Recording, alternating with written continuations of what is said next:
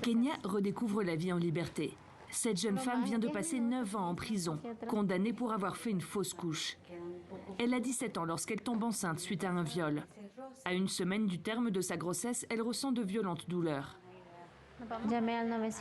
J'ai appelé les secours, mais ils ne sont pas arrivés à temps. Je vis dans une zone rurale.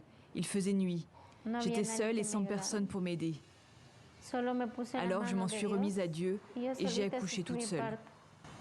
Le bébé ne survit pas. Emmenée à l'hôpital, Kenya est sommée de s'expliquer.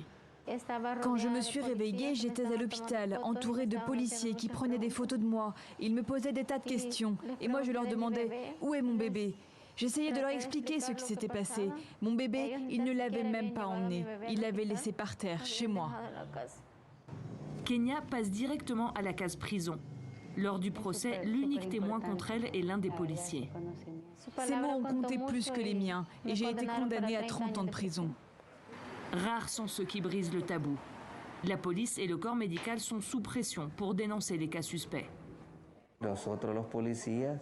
Nous, les policiers, on ne déclare que ce qu'on a vu, mais on ne fait aucune enquête.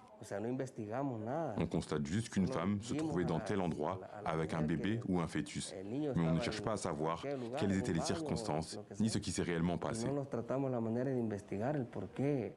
En 20 ans de carrière, ce policier affirme avoir été à 3 reprises témoin de ces condamnations expéditives.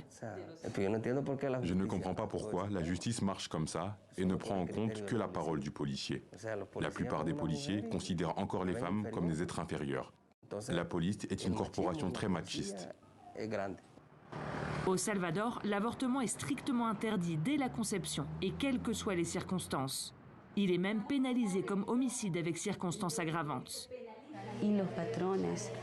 Le schéma commun à tous ces cas, c'est qu'elles sont criminalisées de manière systématique. Et la cible de ce processus, ce sont les femmes très jeunes, pauvres, issues d'un milieu rural. Des femmes qui n'ont pas eu accès à une éducation de qualité ou qui ont été victimes de violences. 12 femmes sont encore incarcérées pour avortement. Mais les ONG reprennent espoir. Un verdict pourrait faire jurisprudence. La Cour interaméricaine des droits de l'homme a déclaré l'État salvadorien responsable de la violation des droits de Manuela. Cette femme avait été condamnée à 30 ans de prison en 2008 alors qu'un cancer lymphatique lui avait provoqué une fausse couche. Elle est morte menottée à un lit d'hôpital 2 ans plus tard.